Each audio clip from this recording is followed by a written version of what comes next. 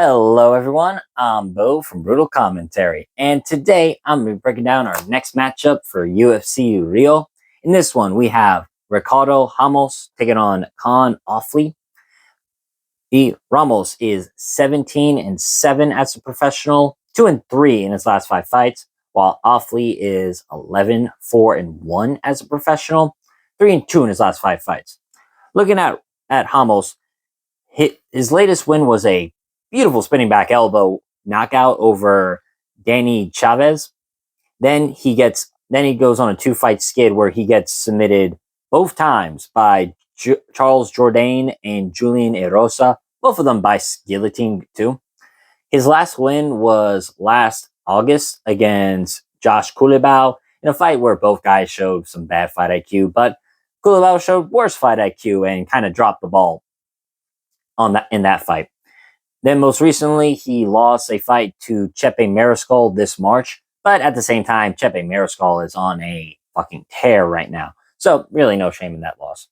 Meanwhile, Ofli has only 2 fights in the UFC, both of them losses. One getting knocked out by Myron Santos, and then most recently in February, losing to Mohamed Naimov. Looking at these two side by side, like their skill sets, I think they're really good at contrasting styles. Ramos is a more dangerous fighter than Ofli. He has spinning back elbows. I mean, like I said, he literally has 2 spinning back elbow knockouts, actually.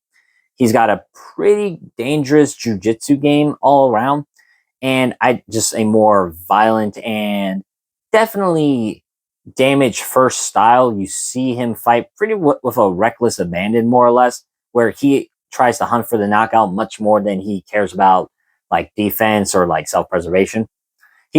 Ramos comes in to try and take your head off. That is really what his style comes down to. While Ofli's pretty much the exact opposite. He fights with a more technical pace, and a more measured approach. Now he does have finishes on the record. I'm not saying he isn't a finisher. But he's mostly has some submissions to him.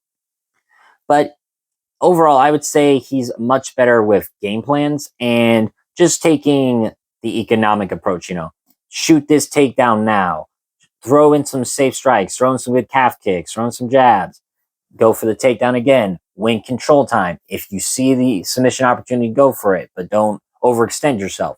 It's all very clear that he values, I wouldn't say values points, I take that back.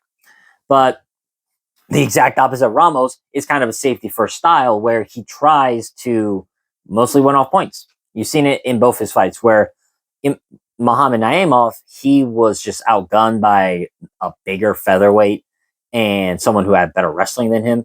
Now he had moments, sure, mostly when he tried to go for the wrestling, but not all the time. And he got hurt in that fight a lot. Meanwhile, with the Myron Santos, he mostly tried to use the wrestling, but that just wasn't breeding much success until Myron caught him with a left hook and knocked him out. Meanwhile, Ramos, Ramos's biggest problem is that he makes bad decisions. He definitely has some bad fight IQ.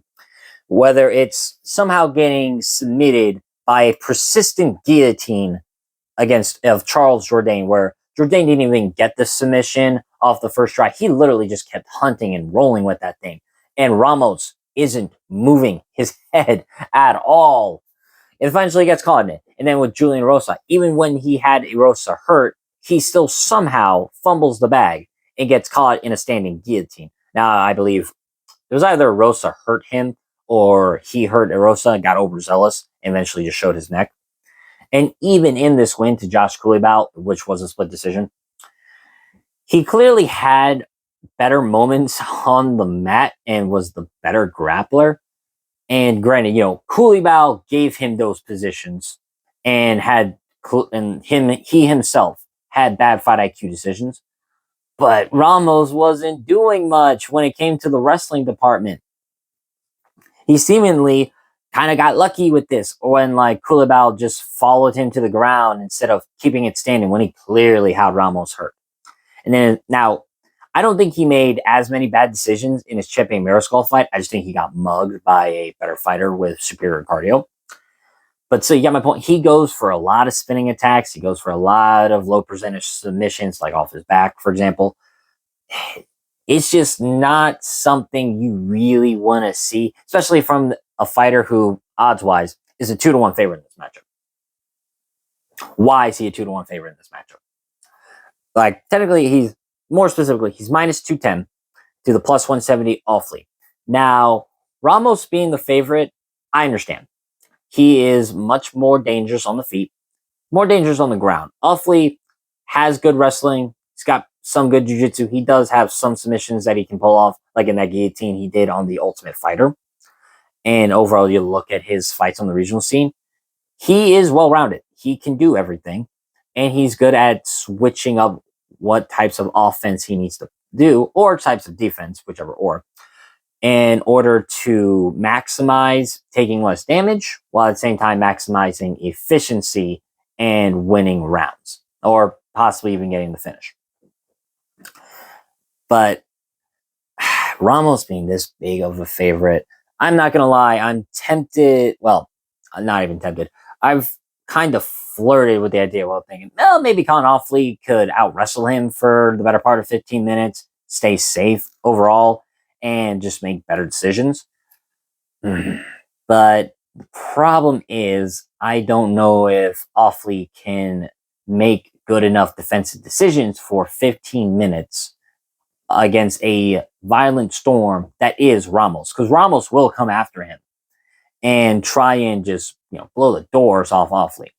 Plus, Ofli has shown not great takedowns when it comes to these bigger featherweights. Now, Ramos, in comparison to Myron Santos, who seems to be fighting at lightweight now, and Muhammad Naimov, isn't as big as those two. I'll say that. But he's still going to be bigger than Ofli, at 5'9" with a 72-inch reach, in comparison to Ofli, who is 5'7" with a 66-inch reach. It's just going to be what it is. I honestly think Ofli could move down the bantamweight. I think if he really tried. Now, I'm not saying he's not, ripped for featherweight. He's clearly put on proper muscle and all that, but I truly think he could cut down the bantamweight. I don't think he'll be as undersized as he is in some of these fights, and that kind of leads to my prediction. Actually, I think I'm gonna go with Ricardo Ramos. Like I said, I don't like the fight IQ, and I certainly don't agree with him being a 2-1 favorite, but I still think he is too dangerous in this fight, and I think he can, hopefully at moments, hit Ofli with some potent offense, like maybe one of those spinning back elbows he seems to be proficient in. His overall striking game, which is a very damage heavy style. I just see him being the overall more potent force in this fight. Where in comparison to Ofli, like I said, he might be able to have some moments. He might be able to hurt Ramos. I'm not sure. I definitely think he'll have moments in the grappling department. But I just think with the ever looming danger that Ramos presents in this matchup, I just think he has too many opportunities to hurt Ofli and possibly get him out of there. So I'm going to pick Ricardo Ramos, and I am going to pick him via knockout.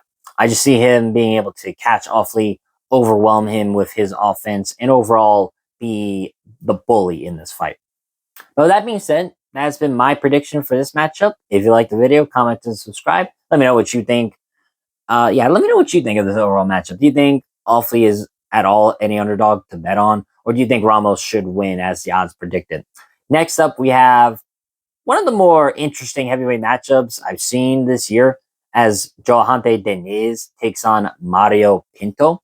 But until then, I've been Bo from Brutal Commentary. I thank you all for listening. See you next time.